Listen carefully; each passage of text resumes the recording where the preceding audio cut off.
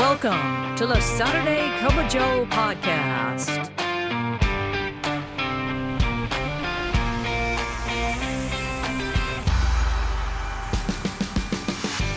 This podcast is dedicated to EAS employees of the U.S. Postal Service and members of the National Association of Postal Supervisors. So, pour yourself a cup of coffee and join us for today's episode. And now, here's your host, Robert Wakefield. Good morning, Branch 32, and good morning, Naps family. From wherever you're listening across the country, I really do appreciate you listening to the Saturday Cup of Joe podcast presented by the Nashville Post Office Credit Union. I am your host. That's right, the president of Branch 32. I'm Robert Wakefield. Thank you. Very good. All right, we got a great show lined up for you. So let's go ahead and pour that first cup. Get ready for the Nashville Post Office Credit Union's 101st annual meeting on March 27th. We're giving away 200 meal tickets for a free food truck lunch, courtesy of NPOCU. So be sure to grab yours while supplies last.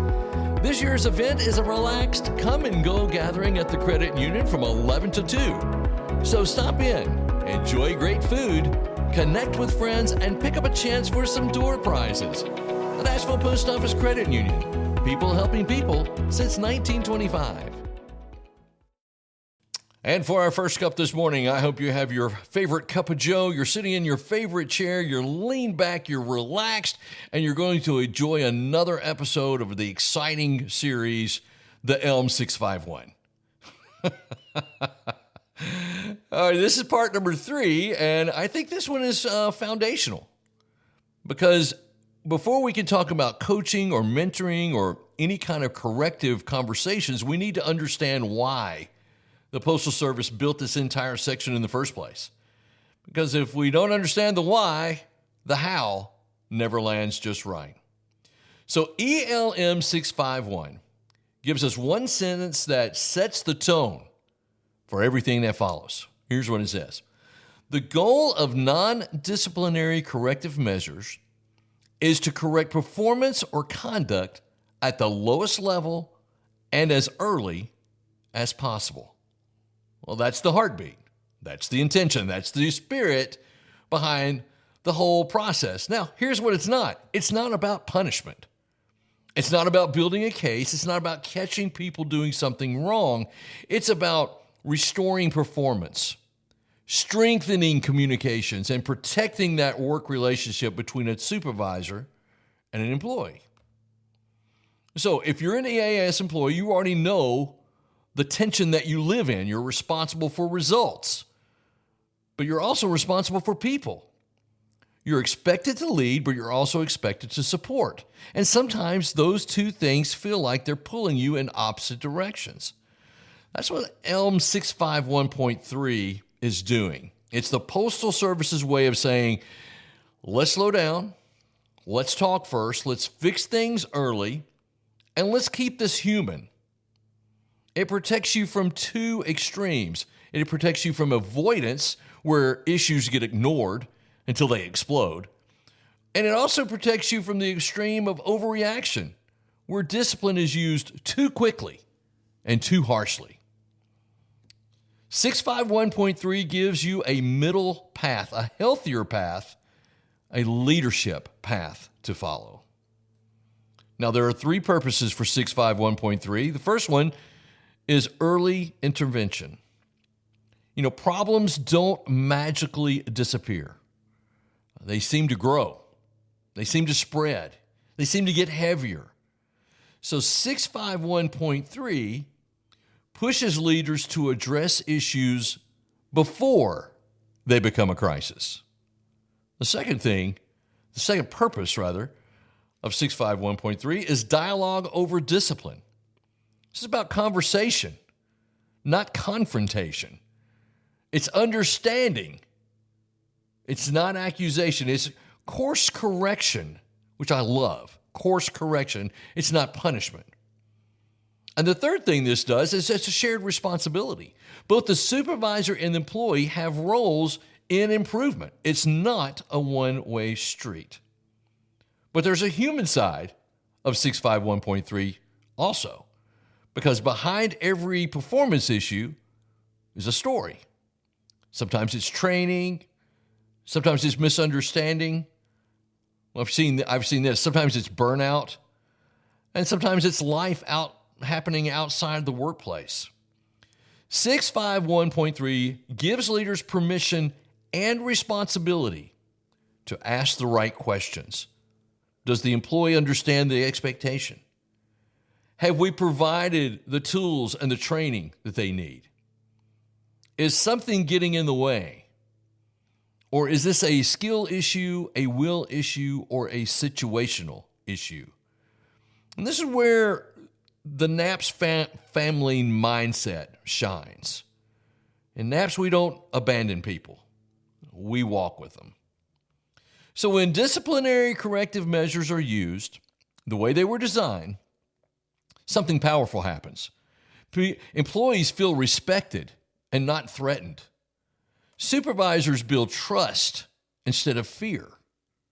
Problems get solved early. The workplace becomes healthier. Formal discipline becomes the exception because it's not the norm. Oh, how I wish that was the truth. That's leadership. That's stewardship. That's how you build a culture where people can grow. So we're going to look at. So let me share an illustration on how this works. Let's say our supervisor's name's Joe, and he has a clerk named Maria. Now, Maria is steady, she's dependable, and she's the kind of employee who didn't make waves. But lately, something had changed. It started out with small scanning errors, followed by missed dispatches. A quiet frustration seemed to follow her around the workroom floor. Now, Joe noticed that, as being the supervisor, but he didn't say anything. She'll bounce back, he thought. Well, days passed, and the mistakes grew. And the tensions grew with them. And when he finally addressed it, the conversation felt a whole lot heavier than it needed to be. It was almost adversarial. And neither of them understood how it had gotten so far off track. Now let's imagine that same story with one small shift. All right? The supervisor notices the early signs and pulls Maria aside the first time he sees her struggling. He doesn't pull her aside for discipline. He doesn't pull her aside for a lecture. It's just a gentle check-in. And he says, Maria, I've noticed that you seem a little off on your game. Is everything okay? Well, suddenly the picture changes. Maria explains that she's been caring for her aging father and hasn't been sleeping well. The children are having trouble in school because they are not getting the attention from their mom because the mom is taking care of the kids and the family. Joe, the supervisor, he listens and he offers support, and together they make a plan that will help her get back on track.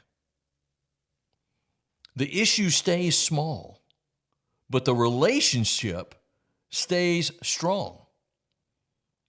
Trust is built in there. Now, that's power. And that is the purpose of ELM 651.3. It keeps problems light enough to lift before they become too heavy to carry. So I'm doing this because I think ELM 651.3 is not used in the Postal Service, especially when it comes to EAS employees. We don't see any of these things taking place where a plant manager comes up to his SDO and says, I noticed something is wrong. We don't see that near enough. We just don't see postmasters going to supervisors say, hey, I noticed something's a little off. Is everything okay? The whole spirit of 651.3 is to build relationships. That's what it's about. And so I hope that this episode will help us all stop and think, this is the way it's supposed to be. Now, is the Postal Service going to do what they're supposed to do? And are we going to do what we're supposed to do? Well, we can only control ourselves, right? So that's where I'm coming from. Let's control ourselves and let's try to educate everyone on the benefits of ELM 651.3. Now, our next episode, just to kind of tease this a little bit, we're going to start looking at the specific tools inside of that 651.3. We're going to be talking about coaching, what it is, what it isn't, and how to do it in a way that builds people up instead of tearing people down. So that will be our next part of the ELM 651.3 series. All right. That's it for the first cup. Let's go ahead and pour that second cup. Some places call you a customer. We call you family. At the Nashville Post Office Credit Union, membership means belonging. Belonging to a community that supports you, celebrates you, and works for your financial success. If you're a postal employee or family member, you're already eligible to join. Step into a credit union with deep roots and a big heart. The Nashville Post Office Credit Union, people helping people since 1925. And for our second cup today, I wanted to share with everyone that I will be leaving on a jet plane tomorrow, Sunday, as we head to the Legislative Training Seminar in Arlington, Virginia at the Marriott Crystal Gateway. It's always a great time. It's great to see so many people come from all over the country to talk to their legislators and senators during this one day. So this is how it kind of works. We get there on Sunday, and there's a first-timers meeting in which we're taking 2 first-timers with us to the Legislative Training Seminar this year again. And so we go to the first-timers training, and then on Monday, it is actually training. We go over the bills that we need to bring to our legislators' attentions, and it's really good training, and it talks about the different bill numbers and all kinds of details. You can find all this on the naps.org website under Legislative Training Seminar, LTS. There'll be that as well. And then on Tuesday, we actually go to the Hill.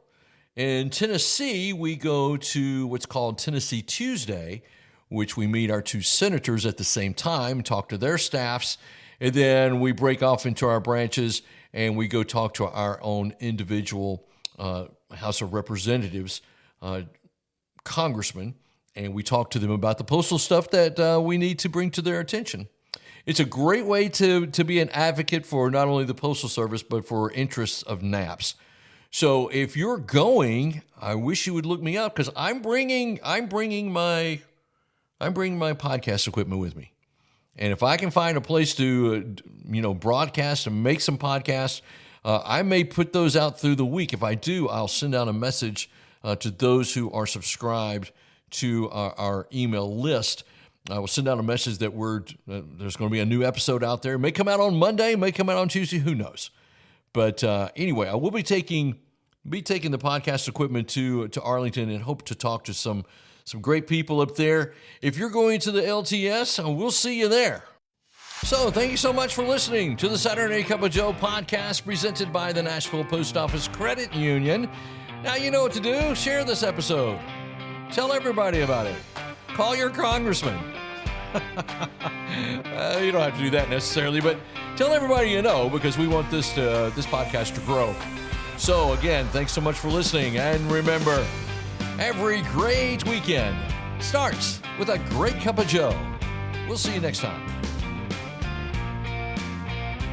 Thank you for tuning in to the Saturday Cup of Joe podcast. Please note that the views and opinions expressed in this podcast are solely those of Robert Wakefield and do not necessarily reflect the views of the National Association of Postal Supervisors.